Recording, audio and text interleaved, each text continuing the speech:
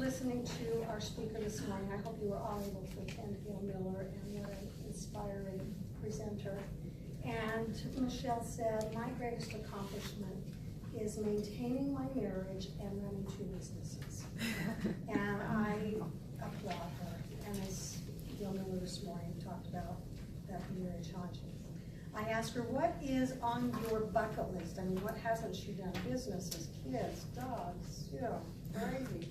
And she said she wants to paddleboard around the beach yard. And I thought, wow, have an idea. Some people, your bucket list is just to make it through tomorrow. And here's her bucket list. And the last thing I want to tell you about her is her most unusual activity. And she broke into the MTV Spring Break Beach house and was part of their video. I mean, this woman, she's out there from here to here. Please welcome Michelle Ennis. I'm giggling because that was actually when I was much younger and lived in Southern California. So I did break into the MTV Beach house in Malibu. So yeah, and now I'm on a music video. So you can see my arm and my head bouncing around in the back. There I am. But that's my claim to fame that I show my kids every once in a while. Look how cool I was. So anyway, I'm excited to be here, you guys. This is a lot of fun. So you'll notice on your program it says that Nikki Revvis is speaking. Nikki bought my fitness studio from me. No, that's all right. I really like just making a big deal out of things, so it's okay. Just anyway, so Nikki Revvis bought my studio from me a couple of years ago that I ran for about 10 years and loved, and I work for her now. So she's my boss. But Nikki decided a long time ago that she was going to sign up for Spartan Race today, and it was supposed to work where she could teach both classes and then leave. But timing didn't work out like that, and so she asked me to come in and sub the second class for her. So anyway, I hope you enjoy me just as much as you would have enjoyed Nikki. We're both amazing, so just okay, so we're here to talk about the 3 pillars of health and what those are. And the big piece that's missing in the fitness industry in general. So when you guys get ads about health and wellness, what do you see? What's out there? What images do you see? What comes at you?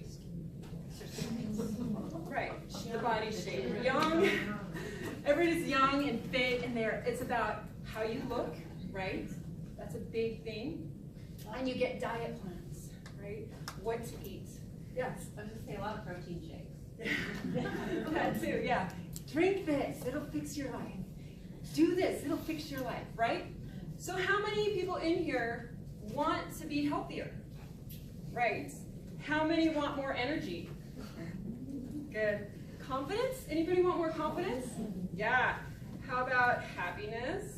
We all want to be happier, most of us, right? More strength. Strength helps you to do things, right? Stamina, so you're not passing out walking a block from your house, right? How about just a general improved quality of life? That just life is better, right? We all want that. Okay, so the big piece that's missing when we're looking out there for all the answers is mindset. And I don't know if you guys have noticed this, but I noticed in the program and some of the breakouts, a lot of them are about mindset.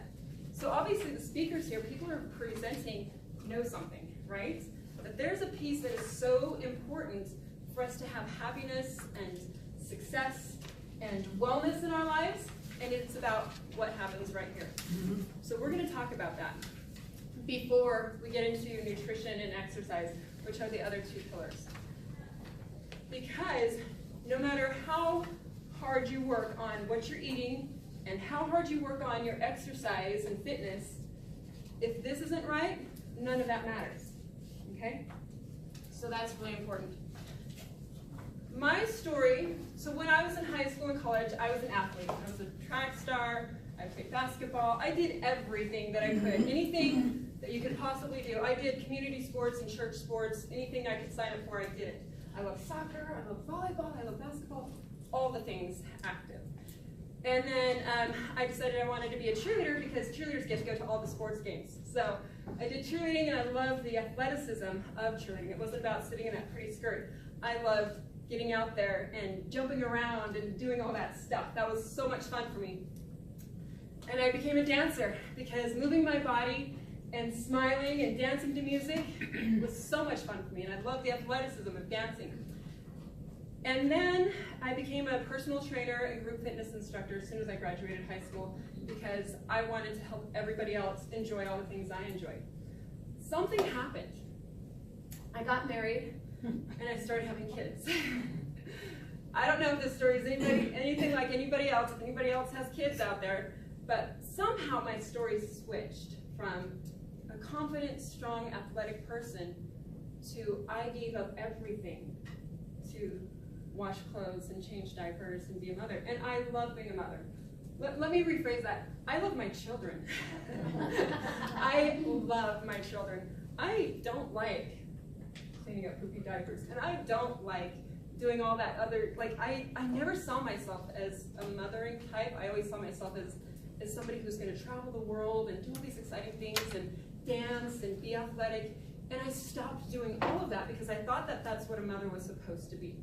I thought a mother was supposed to stay home 24/7, never step outside those doors, and clean the house and take care of kids. That's what I thought my job was. And so for years, after I started having kids, that's what I did. Guess what happened? Well, number one, I gained a lot of weight. And so I quit dancing, I quit running, I quit doing sports, I quit doing all the things that I loved to do to be what I thought a mother was supposed to be. I ballooned well over 200 pounds, and I got extremely depressed, very depressed. Okay, Anna knows me, I'm an emotional person, and I'm gonna cry, so, but to the point where, I didn't want to be a mother anymore. I didn't want to be, I'm sorry, I gotta put myself together. I didn't want to be married. I didn't want to live. I had suicidal thoughts. I wanted to drive off a cliff and just end it because I didn't like who I was. And I loved my children and I loved my husband, but I didn't like him. And I was not a good mother and I was not a good wife. So I think it was about 11 years ago, I was at my lowest point where I was driving along, and there's they've now fixed the bridge, but it used to be called Suicide Bridge. Where I was driving along, and I remember thinking it would be so easy to just end it all. And it scared me that I was thinking that. It scared me to death that I didn't want to be around. And caught myself, and I was like, I know better than this. I am a better person than this. What's going on where I hate myself so much that I don't want to be here? So I decided I needed to start changing some things, and I went for a walk.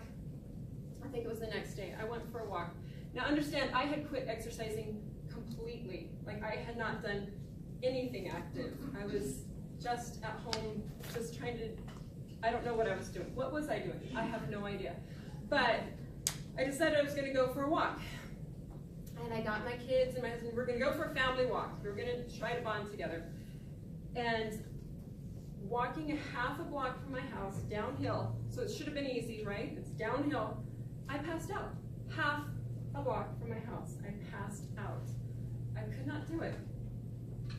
My husband had to assist me back home, and now the walk home was uphill, so half a block. It was a real struggle. It was a real struggle. That same week, my neighbor died playing basketball with his kids. And he was sedentary, he had some heart problems, and he also didn't exercise at all. And his children talked him into playing basketball with them because they wanted to enjoy their dad. They said, Dad, come play basketball with me.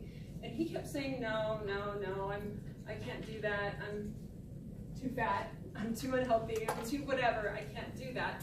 And the kids talked him into it, and he died in front of his children playing basketball. Whew. What does that do to somebody who's just passed out walking half a block from their house? who loves playing basketball. And I thought, holy cow, I'm on that same path right now. If I don't fix some things, that could be me. That could be me. So that was my wake-up call. And so from that point on, I found myself on my knees asking for help. And I knew that for me to do it for me, I'm the kind of person who has to do it for other people. I have to do it for my clients, my kids, whoever, because I wasn't used to taking care of me. I was used to taking care of everybody else. So my answer for me was, I was supposed to be helping other people to become healthy. That was my role. That was my calling. I started walking, and it started literally, I have to tell you guys, this is so funny, but I would literally walk to the end of the block and walk back and go, whew, that's it, I did it. And then I'd be like, okay, now I'm gonna go maybe another little bit more and walk back. And so little by little, I added on some distance of what I could do, and it took some time. And then pretty soon I could walk, a 5K or 3.5 miles roughly. It's like, okay, now I can walk this. Can I start running a little bit? So I would jog for 10 seconds. Like, okay, whew, that's enough. I did it, okay. And I would add on a little bit, until I could run a 5K. And then I decided I would start training for a 10K and then a half marathon. And for my 40th birthday, this was a while ago, I'm much older than 40, but for my 40th birthday, I ran my first marathon. So, and then I also, in that process, I also started a fitness business because I wanted to bring people along with me for this journey, because I knew that how I felt about myself was directly related to how I treated myself, that this exercise affected my mindset and vice versa, that all those things were very, very connected. So I started my fitness business. I started with outdoor boot camps, and then built up my studio. And then my husband started a kayaking and stand-up paddleboarding business, and I got involved with that and started growing that with him and started teaching kayaking and stand-up paddleboarding. And it just kind of exploded. That business took off, and I had to sell my studio. And now I teach for fun. I teach all things fitness, and I love it. I teach dance fitness and yoga and all the things. But anyway, so that's my story, and that's where I am, and that's why I'm here, to help you guys hopefully get the pieces that you need for success, okay? Let's talk about the stories we tell ourselves. Let's talk about what is it that we tell ourselves that keeps us from success, okay? Things like, I'm not worthy, I don't have time. I used to blame things on my husband. I did marry a little bit of a control freak, okay? And he used to tell me, you don't have time for that. Okay, I don't have time for that. I do have time for that. And I learned how to switch that. But I used to blame things on my husband. I can't do it because my husband's controlling. That was the story I told myself. Things like, I'm not strong enough. I'm not an athlete.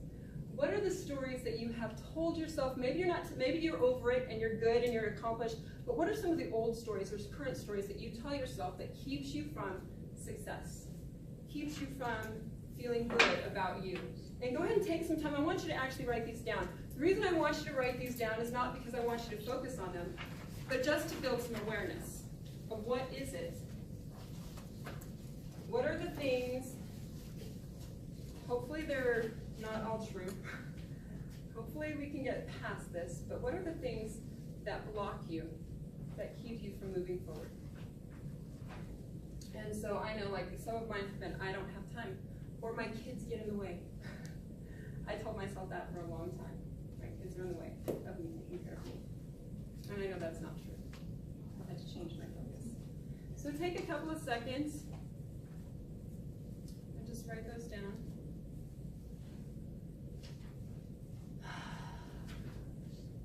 Get real, get kind of like do some self-check here, some introspection. You might have to, dig deep. All right. And then I'm going to need a volunteer. Who's brave? Right here. I chose you because you're like right here. Yeah, it's easy. That's why I chose you. I'll take that. I love that. Awesome. Okay, so we're going to do a strength test for you, and this is something I've seen in a lot of different meetings I've gone to in the past about power of words. And I'm going to have you stick your hands straight out, just like this, and I'm going to come over and press down on it. I want you to resist. How many of you guys have seen this before? It's pretty cool. All right, so you're just going to resist. Okay, so that's about where she is. Now, we're going to fill you with a bunch of garbage right now, all right? All right, and you're going to repeat after me. Say, I am weak. I'm weak. But say it like, say it with feeling. I'm weak. All right. I'm worthless. I can't do it. Just can't do it. I'm powerless. So powerless. This girl. She's good. Chandler person. Say it again. I am weak. I'm weak. I'm unworthy. I'm unworthy. I'm not capable. I'm not capable.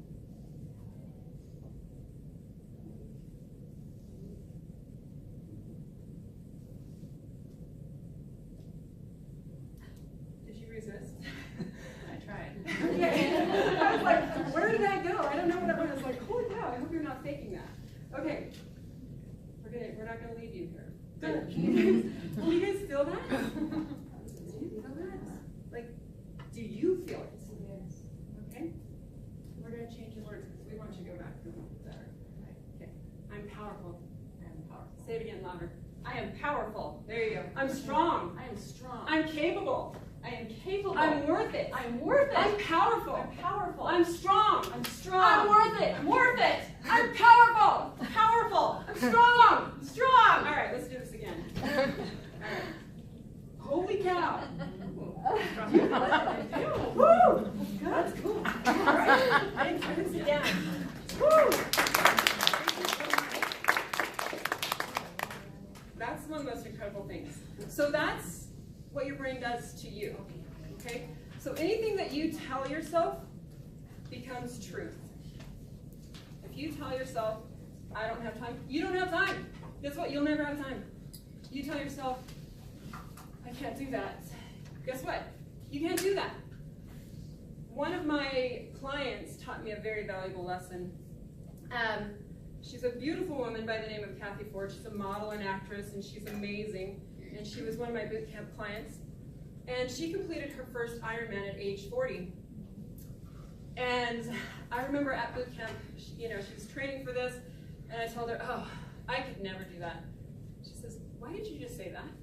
Why did you just use the words, I could never do that? I was like, well, because you're amazing and I'm not. I don't know, like, why do we think other people can do things and put ourselves in a place of I could never? And she said, you might not want to do that. That might not be in your goals, but never say I could never do that. So I started running, and I joined the running community, not because I love running, because the truth is, I don't really love running, but I love crossing finish lines. I love setting goals and breaking them and going, man, that feels good to accomplish this. So it's those finish lines that I love. It's that, whew, look what I just did. And looking back at all the work and how powerful that is to have accomplished that. But the thing that I got most out of joining that running community is the people that I met and the stories that were told and the new stories that I started to believe about myself. That there were people running their first marathon at age 70. That there were people who were overcoming all the things that other people have used excuses of, I can't because I have bad knees. I can't do this because I have a bad back. I can't do whatever. And they have a list. I have this disease, so I can't. And what I found in the running community, in these distance races, that people had all the same stories, but they were doing it. Because they changed how they spoke about and to themselves. Instead of, I can't, I want to overcome this. I am strong. I am capable. So our brain is like Google. When we type something into Google, we're doing a Google search for something. Why am I so fat? And we get, all the reasons why we're so fat pop up. Oh, you know what? Because, genetics, and because you ate this yesterday, and because blah, blah, blah, blah. And we get 1,000 different results that pop up that support what we're typing in. Okay? I'm so lazy. Yep, you sure are, because you slept in yesterday and you didn't do this and you didn't go to the gym again for the umpteenth millionth time in a row, whatever. So all those answers support what we say, okay? And it isn't enough just to eliminate the negative story. It isn't enough to just say, okay, I'm just not going to say that anymore. I'm not going to tell myself that anymore. But we have to replace what we're saying, okay, with powerful words, with words that feed us and fuel us. So we're going to practice this. We're going to physically write our news stories. Some people call these affirmations, okay? News stories of I am powerful, I am strong, I'm capable, I create the time. I take care of myself because my kids are important to me. My kids don't get in the way. I do this because I want my kids to be healthy, right? I communicate to my husband how important this is to me, right? Those are all important stories to switch. My husband doesn't control me. I tell him what is important to me so that we can work together, okay? Take your power back. Take your power back. So what I started doing is I started posting my affirmations on my mirror in my office. You know, I have my visualization board of what I want to do in my life, and it's in my office where I see it all the time. I have my affirmations of power that I say to myself literally every morning, and I've been doing this for years. And at first I didn't believe them. I remember there was a time in my life where I had some bad business dealings, and somebody told me, I always knew you'd be a failure. Ooh, just sucked the wind out of me. And I gave those words power. I allowed those words to defeat me for a long time. And can I tell you how hard it was to wake up in the morning? But I always knew I'd be a failure. Somebody knows I'd be a failure. Whew. So I had to it's funny because our brain tends to hang on to all the negative. And we have to work 10 times harder replacing the negative with positive. So I knew this. And so those affirmations were so critical. I remember laying in bed when I would wake up in the morning, open my eyes, and I remember, you know, depression has been a thing that I have struggled with in the past and that I am defeating. But laying there not wanting to get out of bed and just tears rolling down my face because somebody knew I was going to be a failure, always. And I would have to tell myself before even being able to get out of bed, I am capable, I am strong, I am successful, I am smart, I am powerful, I know what I'm doing. And then I would get out of bed and I'd look in my mirror in my bathroom and they were all written down right there. I am smart, I am capable, I am strong, I am successful. On, and I would have to say that to myself. And then I'd go to work. And I'd go before I opened the doors at work, and I'd look in the mirror at my bathroom at work, and I'd say, I am strong, I am capable, I am powerful, I am successful. I know how to do this. You know, I can make it through hard things. Because my business was struggling. There was that point of, do I shut my doors? What kind of decisions? I had to let some people go. It wasn't popular. You know, I made some choices that made some people really mad at me. And it was very difficult to stand up to, in a small community, when you make business decisions that affect very popular people, and how that just kind of like, I can do this, I can do this. I have to make some tough decisions, and this is important, and I know what I'm doing is important. I know where I'm going. And I would have to keep telling myself that, okay? So it took time before I started to really like, not just believe it, but live it. Okay? There's a difference between saying it and living it. And saying it is the first step. Okay? Another thing is you have to course correct because things sneak back in every once in a while. Somebody will say something. There are negative people out there who will say something. Sometimes it's the people you love dearest. And I have to sometimes correct my husband.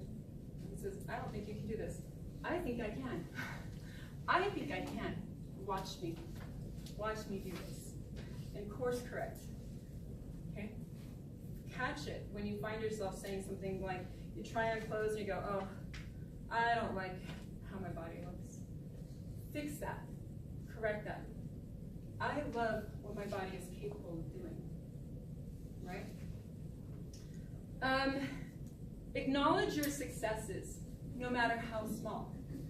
So many times we beat ourselves up for all the things that we're not doing, or the bad choices what we may have made. I'm not even gonna call them bad choices, because if you ate a cupcake, it's okay. It's all right. Enjoy that cupcake, enjoy the goodness, enjoy the things of life that you love, but don't beat yourself up and go, oh, I shouldn't have done that. Instead, look at the things that you are doing and go, you know what? Today, I accomplished, what is it? Today I drank more water. Today I smiled more. Today I got out of bed when I really didn't want to. I didn't let my children die today. Whatever it is, whatever it is, start focusing on it. And I have learned to make this a daily habit in my journal, and I write my journal every single morning, and I celebrate an accomplishment of the day before. And I have learned that really changes what I focus on from I'm not capable to look what I'm doing. This is awesome. Today I touched this life. Today I listened to something I felt and I made a phone call. Those are accomplishments, and those are powerful. Okay? And so we need to change how we view ourselves from not successful, not worthy, I can't do this, to I have good things that I am doing in my life. Look at these. And that shifts how we exercise and how we fuel our bodies. Okay? How we feel about ourselves, even on those little levels, those little things about, it doesn't even have to do with our body. In fact, usually it doesn't have anything to do with our body. Usually it just has to do with just how we feel. Just how we look at ourselves in the mirror. Okay? And how we feel about our existence and what that's worth. But if we can change how we view what we're worth, we will change how we live and how we exercise and what we put into our mouths, and we will make better decisions. One of the reasons people yo-yo diet all the time is because they've never shifted to this I am healthy and I am worth it mentality. And they just stay at this really good place that feels good. Okay? We're going to write our news stories. So there's a page that says mindset, and on there it says whether you think you can or you think you can't, you're right. That's Henry Gordon. We're going to replace our old stories. So you have that page where you wrote all the junk. We don't want that to stay there. You can do what you want with that old page later, burn it, whatever, rip it up, throw it in the trash, whatever you need to do. But right here, right now, we're going to shift to news stories. New ways of talking to yourself.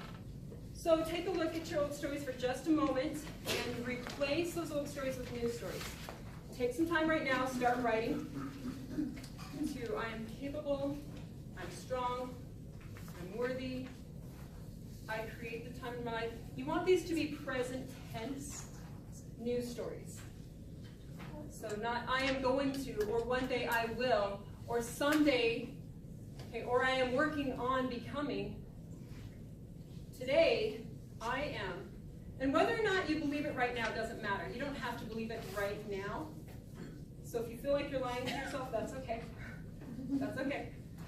So replace those stories and just start jotting some things down. We'll give you a little bit of time to do that. I had to change my words from I'm not a runner to I can run. I can do this, right? And running might not be for everybody, and that's okay. That's all right. We'll talk about that.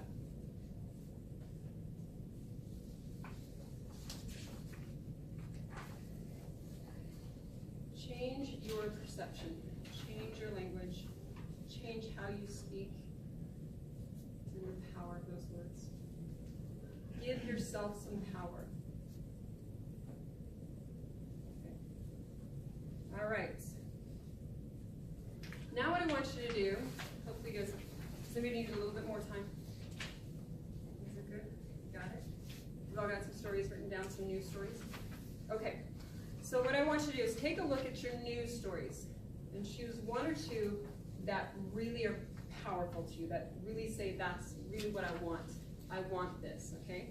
Choose one of them that means the most to you right now. And I want you to turn to one or two of your neighbors and repeat it out loud. Go for it. Go ahead, turn to your neighbor and repeat that word. Say it out loud.